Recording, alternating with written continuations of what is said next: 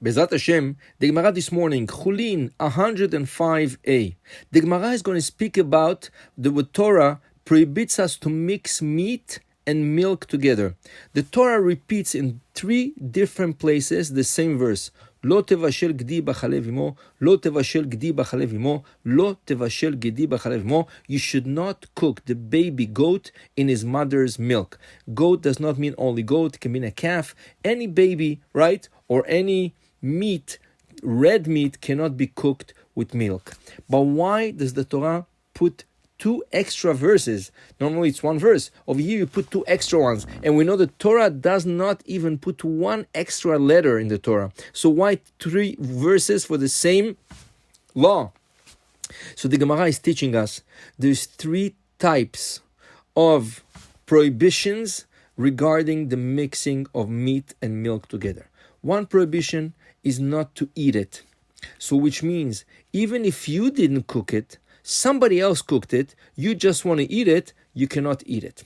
2, you cannot cook it even if you do not want to eat it. For example, you're a chef and you work in a kitchen and you are hired by very expensive hotels, right? Because you are a very good chef and you know how to prepare, and they ask you to put butter in the steaks, in the meat, right? You're not allowed, even if you're not going to taste it, you're not going to eat it. The second verse is teaching us you're not allowed to cook it even without eating it. And the third verse is teaching us we're not allowed to profit out of it, which means if by mistake milk falls into a meat pot, right, and everything becomes not edible, you're not allowed to give it even to your dog, right? And not even to your maid, your cleaning lady, and she's allowed to eat it, but you're not allowed to give. Why? It's called anaha. You have some, right? You have some profit out of it. What's the profit? Now the dog holds you favor. Now the cleaning lady holds you favor because you gave him that. Next time you're going to ask for a favor, they're going to hold you favor and pay you back. Favor is worth money. So the Torah tells you for 3 times, do not mix it, do not eat it, right? And do not profit out of it. So the Gemara this morning, Amar Rav Chizda, says Rav Chizda, Achal basar, if somebody ate meat, asur le'echol gvina, you're not allowed to eat cheese and drink milk after that. Gvina, if you eat cheese, mutar le'echol basar, you're allowed to eat milk after that. So let's understand 1 second. Why is it if you eat meat, you have to wait before eating milk? But if you eat milk, right? Milk, let's say cheese, you're allowed to eat right away meat, not together, but one after the other, after rinsing your hands and your mouth. So now, is it because the food is going to your stomach and we don't want the 2 products to mix together, the meat and the milk? So it's not understandable. If it's going to your stomach, what's the difference? If you eat meat and after you want to eat milk, it goes to your stomach, right? And it mixes. Same thing. If you eat milk, it goes to your stomach and then the meat comes down to the stomach and they mix together. So we're not talking about the level of the stomach. We're talking about the level of your mouth, which means when you eat meat has a lot of grease, has a lot of oil into it. So it fills up your palate. It fills up your mouth, right? And all your inside of your mouth is full now of grease. Even if you don't feel it, you don't see it, it's there. And it takes it 6 hours to dissolve. So therefore, if you eat meat, you have to wait 6 hours before eating milk. So all the grease in your mouth, in the palate, right? In the gums, around the gums, between the teeth, everything should go away. And then you're allowed to eat milk. And even if you rinse your mouth and you think it's really, really clean, right? It's not. It's full of grease. Let me give you an example. Take a knife, cut meat with it. There's a small film of grease on top of the knife. When you look at the knife, it looks clean. It's a little bit dirty. It looks clean. Try to put it underwater. You'll see how the water repels from the knife. Why? The grease makes the water repel.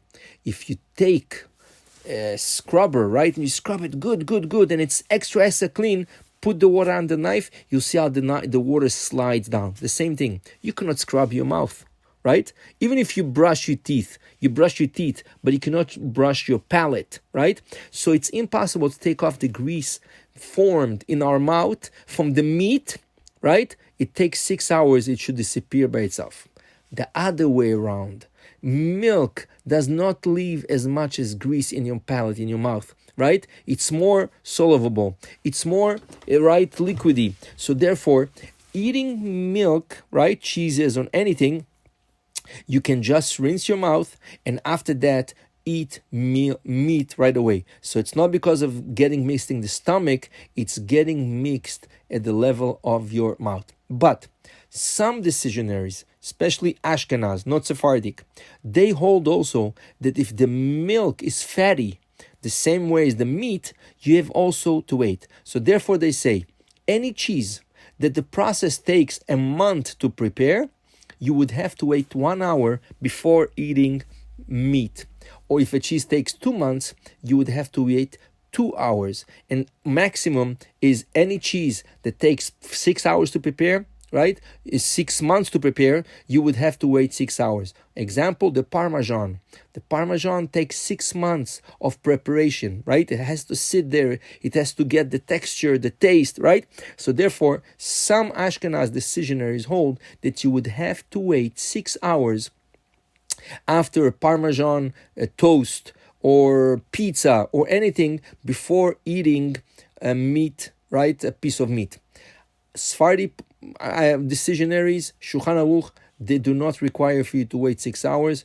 You can rinse your mouth and eat right away. The custom is to wait 15 to 20 minutes, rinse your mouth good, and then eat your meat, right? So this is everything done on the level of your mouth, right? So that's what Rav Chisda tells us. You ate meat, you wait to eat milk. You ate milk, you don't have to wait to eat milk. Just rinse your mouth. Now, it doesn't not say 6 hours. You know why? Because at the time of a Talmud, there was no watch, right? So we cannot say 6 hours, but the Talmud teaches us, if you eat meat, you wait to eat milk from one meal to the next.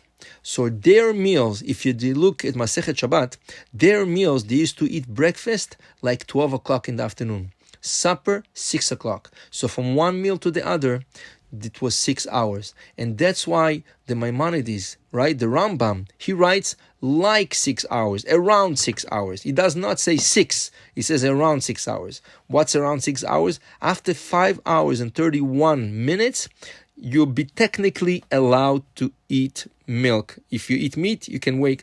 Now, the custom is to wait exactly 6 hours and a little bit more.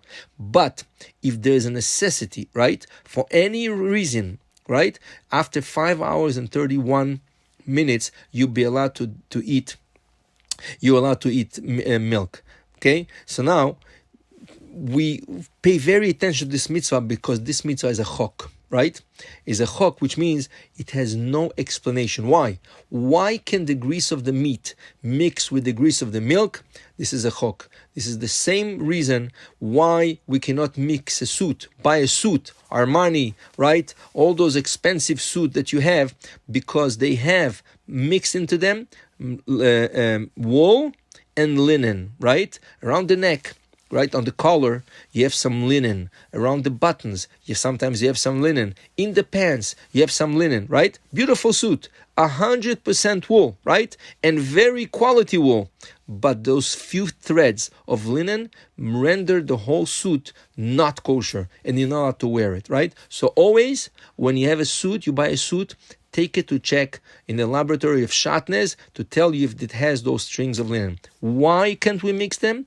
Chok. We don't understand. Sometimes we have to do naaseh v'nishma. We'll apply it, and when Mashiach comes, Be'at Hashem, we'll hear exactly what was the reason we applied it. Have a great day.